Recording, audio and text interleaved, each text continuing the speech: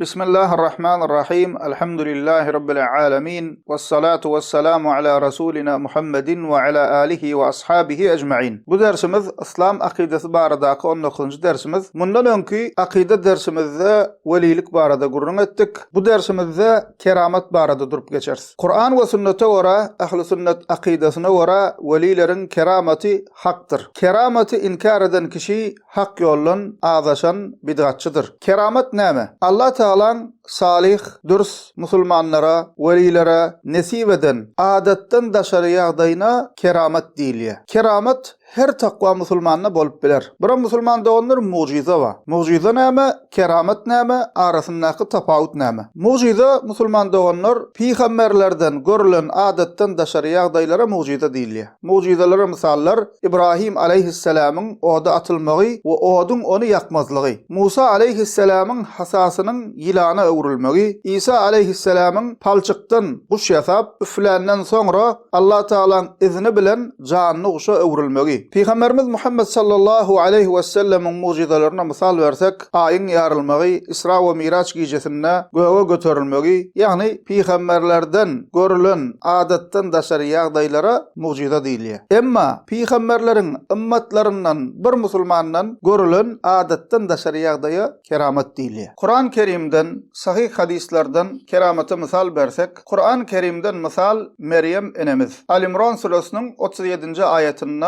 Allah Teala diýär: "Kullama dakhala aleyha Zekeriya'l mihraba wajada indaha rizqa. Qala ya Meryemu anna laki hada? Qalet huwa min indillah." Zekeriya Meryem'in otagyna her girenne onun ýanyna rızık bardygyny görürdi. Ve Zekeriya Meryem'e: "Ey Meryem, bu sana nirden gelýär?" diýip soraýar. Meryem enemiz Allah Taala'nın katından diýip jogap berýär. Ýanyna rızık bardygyny görürdi diýen ýerindäki rızık barada tefsirçilerimiz diýerler, ýanyna miweler bardy diýerler. We geňeri ýanyna kışda tomsun miweler bolardy, tomuzsa kışın miweleri bolardy diýerler. Enebi Allah Taala Meryem enemize beren kerametidir. Meryem enemiz İsa peýgamberiň enesi we weli zenanalardandyr. Kerameti Kur'an-ı Kerim'den başga bir misal Ashab-ı Kehf wakasy. Allah Taala bu barada Kehf surasynda habar berýär. Bir näçe sany imanly ýigitler imanlaryny goramak üçin müşrik halklarından ayrılýarlar we ýolla din jalmak üçin gowaga girip ýatyp galýarlar. We şol ýatyşlaryna Allah Taala olary onlarça ýyl ýatyrýar. Üstünden onlarça ýyl geçse-de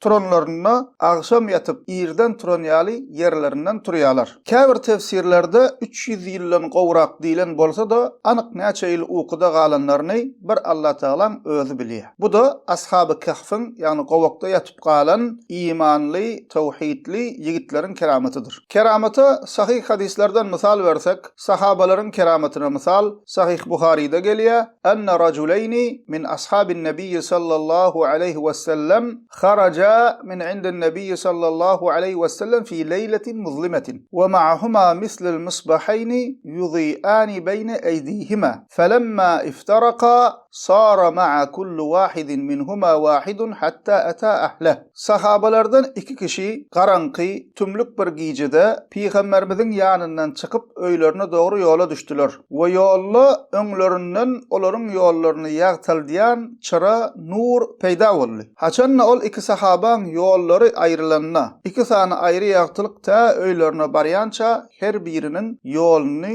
ýagtyldyp durdy diýär. Bu hadisin käbir rowayatlaryna gelýär, her biriniň elinde kijijek tayak bardy, ýagtylyk şol tayaklardan çykdy diýilýär. Ýani ol tayaklar edil elçira ýaly bolup hyzmat edýär olara. Ýani Allah Taala bu iki sahaba garanky tümlük gijede ýollaryny ýagtyldyp duran ýagtylyk nur nesip edip keramet berýär. Keramete sahih hadislerden başga bir misal İbadetxon Jurayç wakasy. Bu waka Buhari we Muslim'de gelýär. Bu wakanyň gysgaçasy öňkü ümmetlerden Jurayç atly İbadetxon weli adam bolýar. We oňa ýoldan çykan bir zenan zina töhmetini atýar. Ol zenan başga birinden bilen gowraly bolýar. Haçanna çağa dünýä gelenne ol zenan bu çağan kakasy ibadetxon jüreýiş diýip oňa töhmet etdi. We halk gaharlanýar we jüreýje topulýarlar. Şonda jüreýiş gunnagdaky çağan getirin diýär. We ol gunnagdaky bäbege ya gulam men abuk qala fulan ar-ra'i. Ey çağa senin kakan kim diýip soraýar. We ýanky gunnagdaky bäwejik menin kakam plan çopan diýip gunnagdaky çağa dil bitip oňa jogap berýär. Sahih hadislerde habar verilen we gunnagda gurulan 3 çağa bar musulman doganlar. Şolaryň birim şu wakadaky bäwejikdir. Bu da jüreýijiň keramatydyr. Keramaty sahih hadislerden ýene bir misal. Bu waka sahih Buhari'de geçýär. Kysgaçasy öňki ümmetlerden 3 kişi ýolagçylyga çykýarlar we ýolagçylykda ýagyndan, ýagyşdan gaçyp gowaga girýärler. Olar gowakda wagty dağın tepesinden daşlar dökülüp gowagyň girelgesini uly daş petikleýär. Elleri bilen itip aşak bolýarlar. Gowagyň girelgesini petiklen daş eli bilen iterden agyr.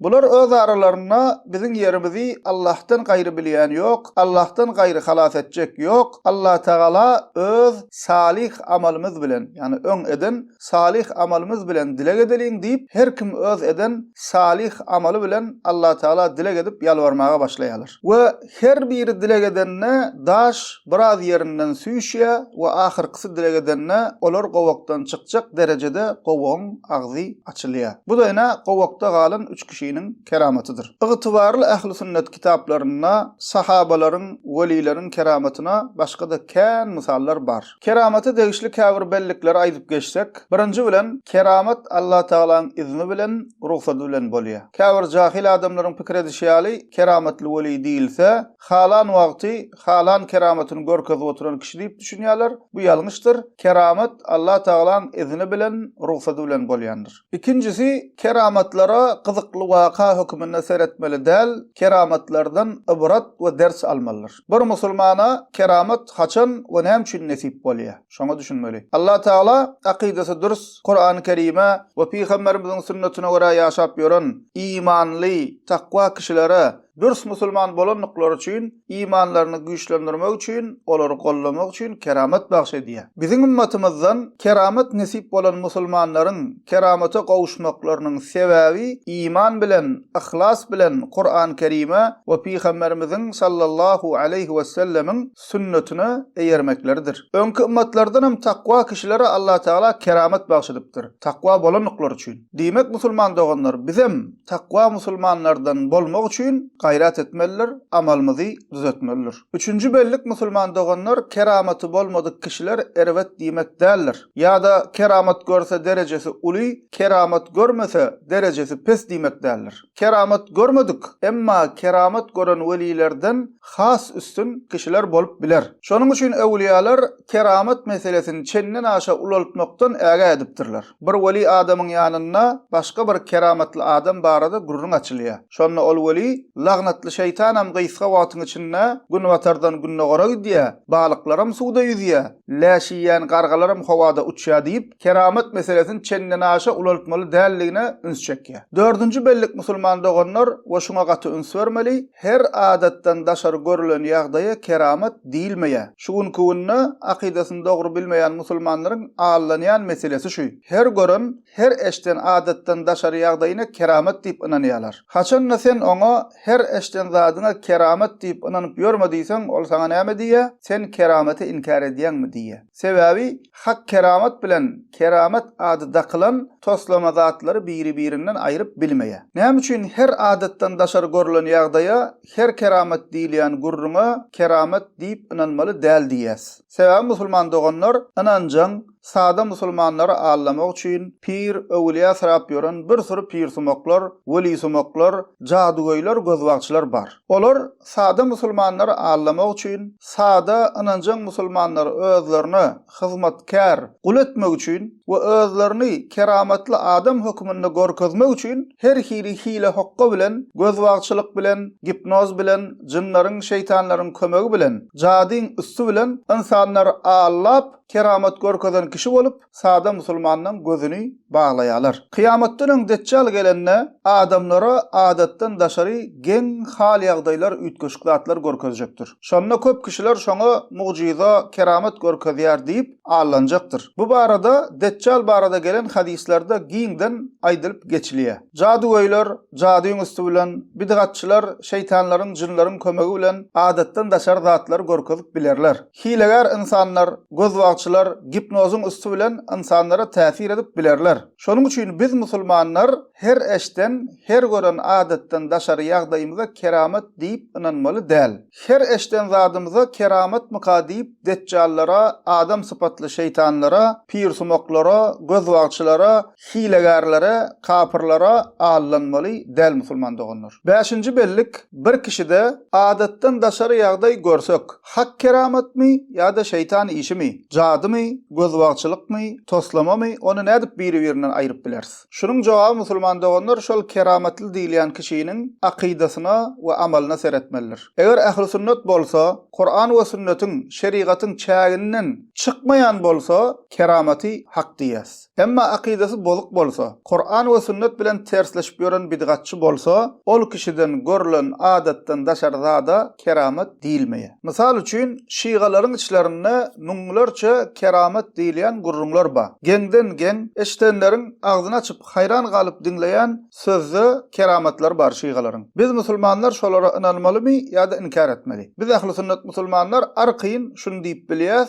şiğalaryň keramet diýip halka gurrun berýän zatlary batyl we yalanlar toslamadyr. Eger hakykatdan bolup geçen bolsa, şeytan işidir diýäs. Sebebi şiğalaryň akydasy bozuk. Kur'an we sünnet bilen tersleşip ýören, sahabalara söwýän, Hazrat Ömer we Ebu Bekir ýaly ulu sahabalara kapyr diýen, Aýşe enemize töhmet atýan, müte nikahyna halal diýen bozuk we azaşan insanlardyr şiğalar. Bu hili bedbaht azaşan adamlara Allah Taala keramet nesip etmeýär. Şiğalaryň keramet diýip halka gurrun berýän zatlaryň köpsi yalan, käbirleri bolsa, jinlaryň we şeýtanlaryň bulary oýnap edýän işleridir. Başga bir misal bidgatçy soplardyr. Bularyň içinde de bir sürü keramet diýilen gurrunlar bar. Misal üçin, iki sany weli haýsymiz has kerametli diýip öz aralaryny gurlaşýarlar. Onsoň bularyň haýsynyň kerametlidigini bilmek üçin okap biri beýlekisini hawa götürmeli diýerler. Biri okaya garşysyndakyny hawa götürýär. Soňra ikincisi okaya beýlekisini has ýokary hawa götürýär. Şeýdip öz aralaryna biri-birini okap ýokary götürüp asmanyna ýitip gidenmişler. Şuňa keramet diýip inanýarlar. Ýa-da başga bir misal, bir bidgatçy sopy gurrun berýär. Plan pirimiz bardy, soplar ýatanyna hatda er ayal arasynda näme bolup geçýänine çenni soplaryndan habarlydy diýär. Goýa şonuň kerametimiş. Hakyky awliýa bolsa, milletin ayaly bilen düşekde näme işleýäni bilen näme işi bar. Bu zatlar musulman doganlar batyl, yalan keramet däl. Bu hil toslama zatlary dinem kabul etmeýär, sagdyn aklam kabul etmeýär. Ünsürüm, beter şeytan şu hili batyl hekaýelerin üstü bilen dini bilmeýän insanlary dinden sowudýar. Bidgatçy soplaryn içinde şoňa benzeş öz pirler barada düzülen toslama kerametleri kän bar. Indi ünsürüm, bidgatçy soplaryn akydasynda şirk we küfür bar. Amallary bidgat gatyşyk, dillerine toslama hadisler, yalan hekaýeler. Allah Taala bu hili ähli şirke, ähli bidgata, dini ýykyp ýören insanlara keramet nesip etmeýär. Bu ters akymlaryň aralaryna keramet diýip ýaýradylýan zatlary ya öz pirlerini öwjek bolup düzýän toslama kerametleri ya da jinlaryň, şeytanlaryň bulary oýnap edýän işleridir. Demek musulman doganlar bir insanyna keramet diýip bir zat görülse, biz göni tasdik etmeli däl, ilki bilen akydasyna we amalyna seretmelidir. Eger akydasy alyp barýan ýoly Kur'an Kerime we Peýgamberimiziň sallallahu aleyhi we sellemiň sünnetine laýyk bolsa, ähli sünnet bolsa, onna ol hak kerametdir. Eger şiğalar ýaly ýa-da bidgatçy soplar ýaly, fethullahçylar ýaly, harici tekfirciler ýaly, habaşiler ýaly azaşan ters akymlar bolsa, keramet diýip bir zat orta assalar,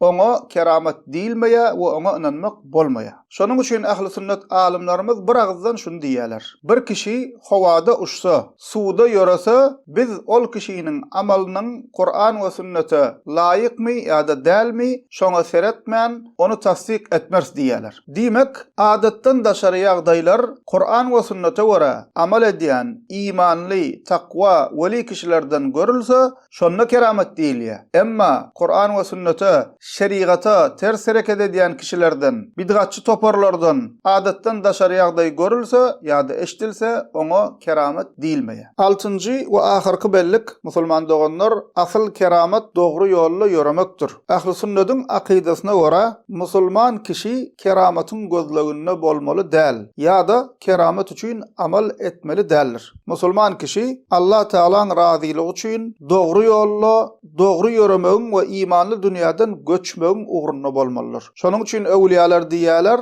"Fa a'zamul kerama luzumul istiqama." Iň uly keramet istiqametdir, ýagny dogry ýolda bolmakdyr diýýärler. Öwliýalardan Ebu Ali Juzjani diýýär: "Kun taliban lil istiqama, la taliban lil kerama." Istiqamet dogry ýolda bolmagy isle, keramet isleme diýär. Çünki Allah Taala bendesinden kerametli bolmagyny talap etmeýär. Allah Taala bendesinden istiqametde, hak ýolda bolmagyny isleýär. Hak ýolda bolanda Allah Taala keramet nesip etse, Allah Taala şükür etmeli we ýoluňa dowam etmelidir. İslam üçin peýdasy bolmasa, kerameti gizli tutmalydyr. Maňa keramet berildi diýmeli däldir. Sebäbi insanyň nefs diýilen zat bar, maňa keramet berildi diýip göterilip azmaga mümkindir. Şonuň üçin hakyky awliýalar başga biri olardan gören bolmasa, özleri kerametlerini gizli tutupdurlar. Emma bu wagtky käbir sözde pir sumaklar, weli sumaklar